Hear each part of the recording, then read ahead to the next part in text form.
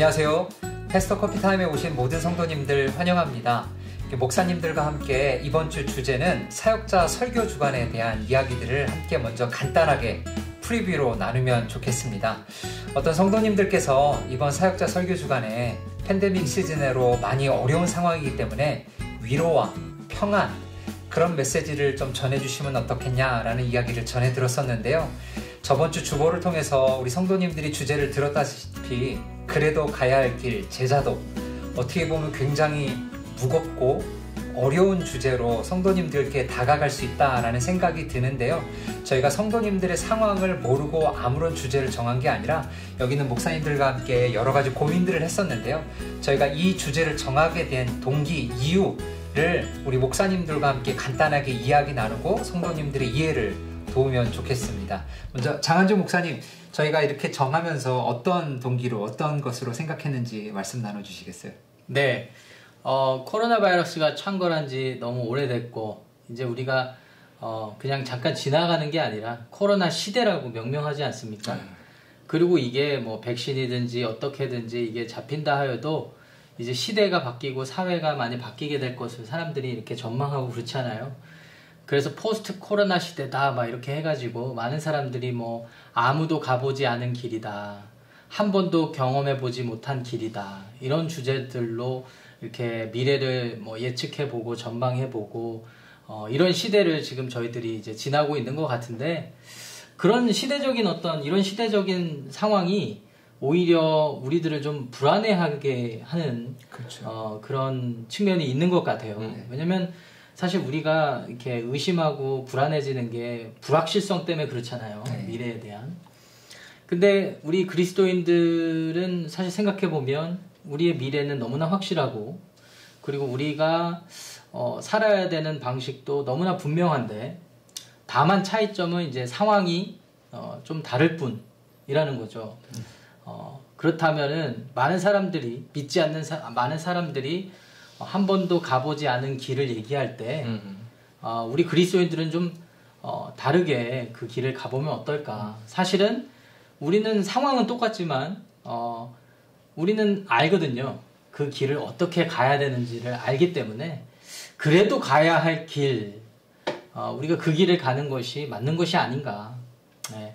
그래서 우리가 결국 제자도인데요. 예수님을 따르는 제자들의 삶이 어떠해야 되는지를 좀 진지하게 고민하고 같이 나누었으면 좋겠습니다. 뭐 그런 취지가 아니었나, 네, 그렇게 생각해 봅니다. 네, 우리 강 목사님은 비슷한 생각인데요. 사실 평안할 때 신앙생활하고 제자로서의 살아간다라고 이야기하는 거는 누구나 할 수 있는 부분들인데, 이제 상황적으로 힘들어지고 어려워지고 또 함께 모일 수 없는 이러한 상황들이 됐을 때, 이런 컨텍스트 상황 하에서 우리들이 어떻게 예수 그리스도를 믿고 따라가는 사람들로 살아갈 수 있는가 하는 부분들을 우리 성도님들하고 함께 고민하는 것이 필요하겠다는 생각들을 했었고요.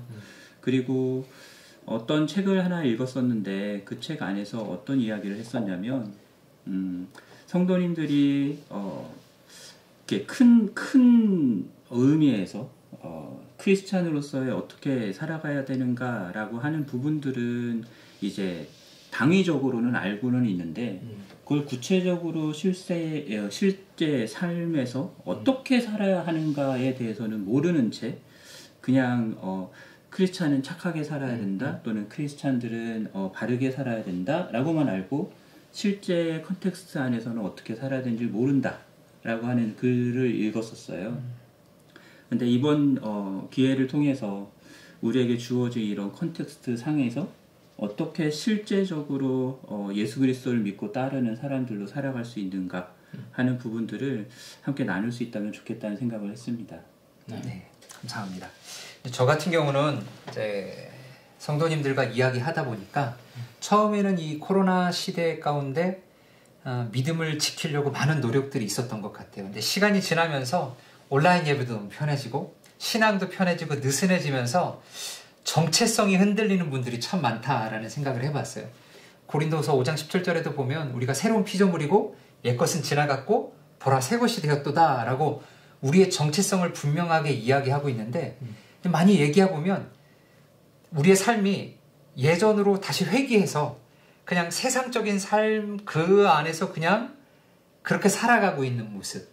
그래서 우리의 정체성을 새롭게 회복하고 우리가 가야 될 길이 분명히 명시하고 있다면 그 길들을 우리 목사님들이 함께 이야기하면서 그 길들에 대한 이정표를 나타내고 어렵고 힘들지만 그 길을 함께 같이 떼나갈 수 있다면 이것이 우리 성도님들에게 힘든 것이 아니고 기쁨이고 즐거움이 될 수 있겠다라는 마음으로 저도 제자도에 대해서 설교하면 참 좋겠다라고 마음을 모았었습니다.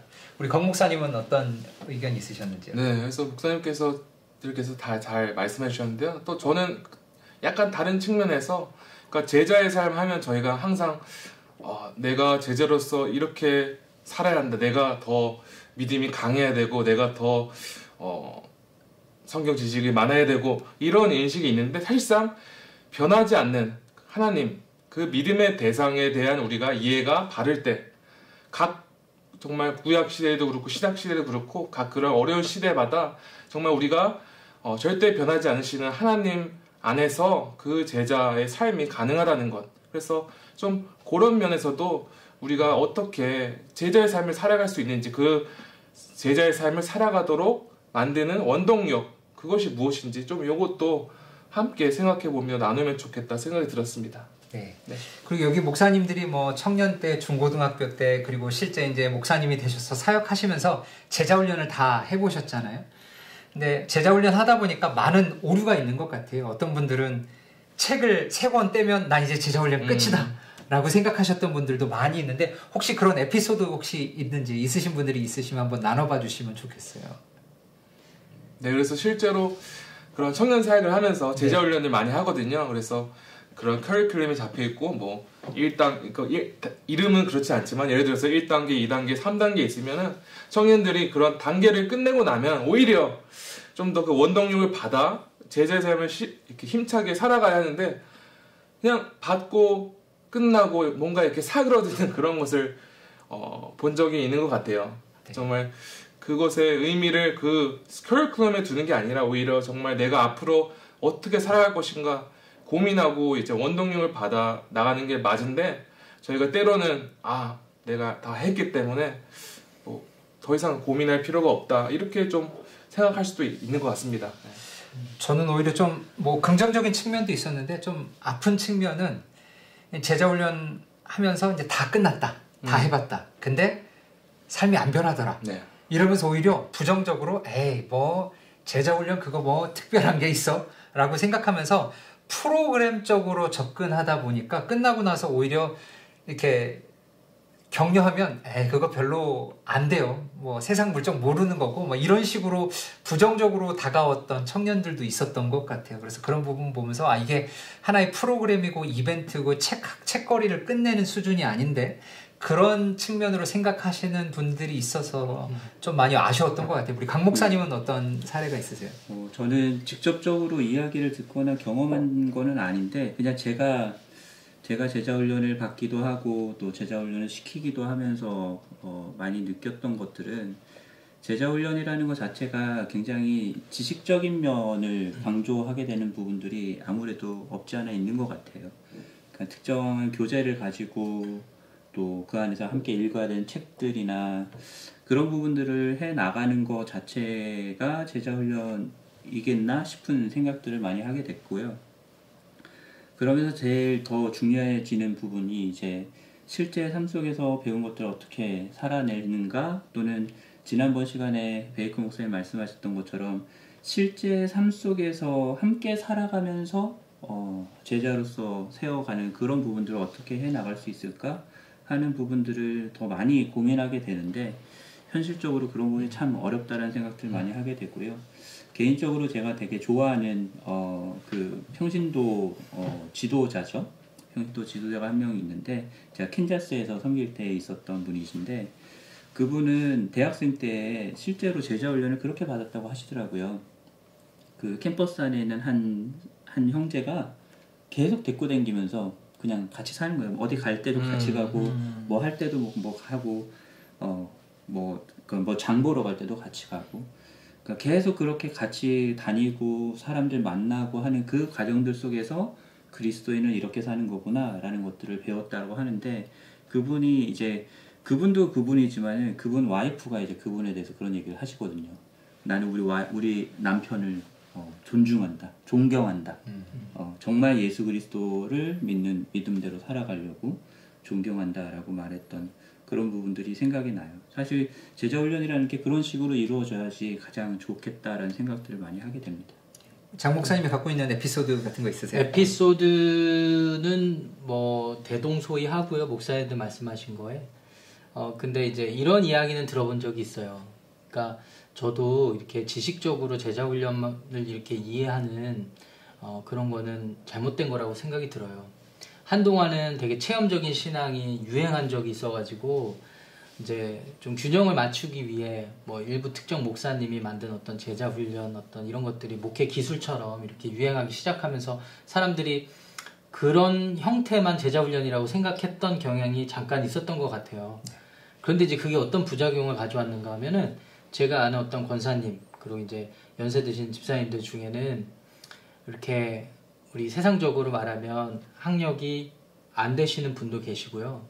그리고 우리 할머니 세대 표현으로 하면 까막눈이 많으세요. 그분들은 그러면 나는 제자로 못 사는 거냐 이런 질문을 하시기도 하고, 그런 교회를 찾아왔을 때 이 교회는 이렇게 제자훈련합니다 하면 소외감을 느끼시고 박탈감을 느끼시는 경우도 많이 봤거든요. 결국 이분들이 어떻게 돌아서냐면 나는 제자가 아닌가 보다 이렇게 또 절망하시기도 하고, 이런 교회는 좀 나랑 안 맞는가 보다 이렇게까지 생각을 하시니까 저는 거기서 되게 마음이 안타까웠어요. 그런 말씀을 듣고. 근데 이제 젊은 사람들 입장에서는 그게 딱 이렇게 정형화되어 버렸잖아요. 근데 이제 목사님들 말씀하신 것처럼 우리가 이제 팬데믹 기간을 살아가지만 이런 상황에서 사실 하나님이 우리에게 요구하시는 것들을 살아내는 것, 그리고 그게 뭐 입으로만 하는 게 아니라 진짜 같이 손잡고 서로 격려하면서, 또 그렇게 살지 못하는 성도들끼리 서로 집사님 정신 차리라고 서로 이렇게 권면하기도 하면서 그 길을 이렇게 가는 것, 그 길이 전체가 다 제자 도구, 그렇게 해서 하나씩 저희가 성숙해지고 성장해 나간다면 그게 제자 훈련이 아닐까라는 생각이 듭니다. 네, 감사합니다. 그래서 이제 8월 30일서부터 이제 목사님들이 사역자 설교 주간을 하게 되는데요.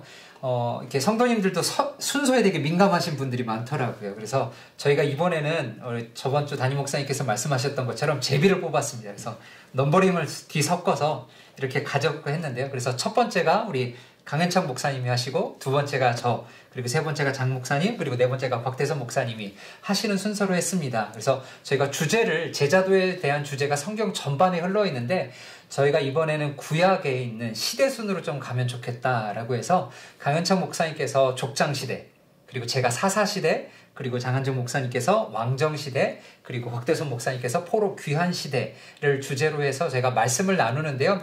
이 시간은 아주 간단하게 맛배기로 그러한 우리 그 안에서 어떠한 이야기를 할 것인가에 대해서 각 목사님들이 아주 짧게나마 이야기를 하는 시간을 좀 갖도록 하겠습니다. 먼저 강현창 목사님부터 해주시죠. 네, 아직 구체적으로 다 정해진 부분은 아니어가지고 대략적으로만 말씀을 드리겠는데요. 저는 이삭이라는 인물에 대해서 여러분과 함께 나누려고 하고요. 사실 신앙적으로 보면은 아브라함이라는 1세, 그리고 그 대를 잇는 2세의 신앙인 것이죠. 사실 컨텍스트에 좀 초점을 많이 맞췄어요. 그래서 그러한 일종의 이민이죠. 일종의 이민하고 이민 1세대를 지내서 2세대로 가는 그러한 컨텍스트이기도 하고, 그리고 순전히 이방 민족인 블레셋 사람들 가운데에서 함께 살아가야 되는 그런 상황들이기도 했고, 또 그 흉년이 들어가지고 어려운 상황이기도 했고, 그러한 컨텍스트 하에서 이삭이 보여줬던 모습들 가운데 우리 예수 그리스도를 믿는 사람들이 어떻게 살아가야 되는가라는 부분들을 좀 생각을 했었고요. 그 중에 하나가 이제 손해보면서 사는 것에 대한 이야기들을 여러분들과 함께 좀 나누고자 합니다. 네, 저는 이제 사사 시대를 이렇게 받았는데요. 사사 시대 하면 많은 사람들이 알고 있듯이 각자 제 길로 갔다 라고 하는 어떤 굉장히 부정적인, 어떻게 보면 굉장히 암울한 시대의 이야기를 하고 있잖아요. 그 안에서 제자도를 무엇을 나눌까라고 생각하다 보니까 사무엘상 1장부터 4장에 나오는 엘리 제사장의 가문에 대한 이야기가 생각났어요. 저도 뭐 이제 본문을 생각해내고 이제 연구를 시작해야 되는데, 엘리 제사장 보면 제사장은 굉장히 뛰어났지만 그의 아들들은 아버지와 전혀 다른 모습, 하나님을 배척하는 모습을 가지게 되잖아요. 그 안에서 첫째, 둘째 아들은 하나님의 불로 심판을 받고 나머지 두 아들은 전장에서 참혹하게 살해당하는 그 모습을 보면서 제자도라는 것들이 단순히 입에서 나오는 가르침으로 끝나는 게 아니라 제자도는 삶에서 그리고 가정에서부터 시작되는 것이 아닐까라는 생각을 해봤습니다. 근데 그렇게 하고 끝나면 너무 암울하더라고요. 그래서 사사시대 안에서 가정에서 삶으로 좋은 본보기의 모습이 어디 있나라고 봤더니 룻기 시대. 물론 저희가 룻기 시대를 찾아가 보면 기드온 사사 때 이야기로 저희가 추정할 수 있는데, 그 기드온 때 룻기라는 그 여인의 모습관에서 이방 여인이 그 룻의 모습을 보면서 하나님을 따라가는 것들이 어떻게 살아가는 것인가를 삶으로 배웠기 때문에 다시 이방 땅으로 돌아가지 않고 여러 어려움 가운데도 어머니를 섬기며 나아갔던 그 모습. 그래서 저에게 있어서 이번 주제는 제자도란 삶으로 살아내는 것, 그리고 가정에서부터 살아내는 것이다라고 아마 이렇게 좀 풀어나갈 것 같습니다. 우리 장한정 목사님은? 네, 저는 그러니까 이제 제자의 길이 우리가 그래도 우리가 아는 길, 확신하는 길, 주님과 동행하는 길, 결국은 그걸 아는 사람이 그 길을 의지를 가지고 선택해야 될 길이라고 생각이 들거든요. 그런 면에서 이제 구약 시대에 포커스를 맞춰보면 대표적인 인물이 이제 다윗이라고 생각해요. 다윗이 어쩔 수 없이 선택해야만 했던 일들이 있었던 반면에 대부분의 경우에는 하나님을 위하여서, 여호와 하나님의 이름을 위해서 자기의 죽음도 내걸고 어떤 손해볼 것도 내걸고 그 길을 선택을 하는 때가 굉장히 많이 소개되고 있거든요. 근데 이제 그 다윗의 그런 어떤 스토리 중에 한 부분을 이렇게 소개를 하면서 그 우리 현실에서 제자의 길을 어떻게 감당해야 내야 될지 그것들을 좀 같이 고민하고 이렇게 나누려고 합니다. 네, 감사합니다. 우리 곽대수 목사님은? 네. 저는 이제 포로 귀환 시대를 배경으로 좀 말씀을 전하려고 생각해봤는데요. 특별히 이제 본문은 학개서에서 이렇게 좀 나누려고 합니다. 이제 학개서의 간단한 배경 말씀드리면, 이제 이스라엘 백성들이 다시 그 바벨론 포로 생활하다가 돌아와서 성전을 짓고 있다가 이제 멈추게 되죠. 그 작업이 뭐 여러 방해꾼도 있었고 여러 가지 이유로 멈춰지게 되는데, 이제 하나님께서 학개 선지자를 부르셔서 다시 그 성전 짓는 것을, 그 작업을 다시 시작하라, 계속해서 이어가라, 이렇게 말씀하시죠. 그래서 저희 그런 제자의 삶을 봤을 때도 저희가 그런 제자로서의 삶을 좀 매일 꾸준히 걸어가야 되는데, 제자의 삶이란 어느 1년만 걸어가고 1년을 쉬고 이게 아니잖아요. 근데 계속해서 걸어가야 되는 것인데, 우리가 왜 계속해서 제자의 삶을 그렇게 걸어가야 하는 것이며, 마치 이스라엘 백성들이 성전을 끝까지 이렇게 짓는 일에 전념을 해야 되는 것처럼 그 컨텍스트로 봤을 때, 그렇다면 우리 제자들도 왜 포기하지 않고 그 제자의 삶을 걸어가야만 하며 또 그렇게 걸어갈 수 있는지, 좀 그런 부분을 나눠보면 좋겠다 생각이 들었습니다. 네, 감사합니다. 그래도 가야 할 길, 제자도라는 제목으로 저희가 8월 30일서부터 9월 20일까지 사역자 설교 주간을 통해서 함께 말씀을 나누기를 원하는데요. 제가 에베소서 2장 3절부터 5절에 있는 말씀을 간단하게 좀 읽고 오늘 모임을 좀 정리하도록 하겠습니다. 성경은 이렇게 얘기합니다.